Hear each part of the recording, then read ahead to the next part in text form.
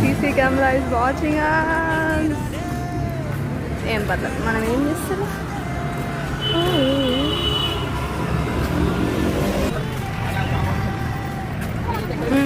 దా background బాగా వస్తుందని కదా.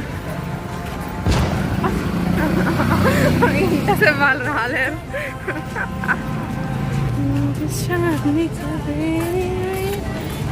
ఎస్బీఐ కార్డ్ పట్టుకొని పోయి మనం ఐసిఐసి బ్యాంక్లో 3000 తీసుకొచ్చినాం. Too talented.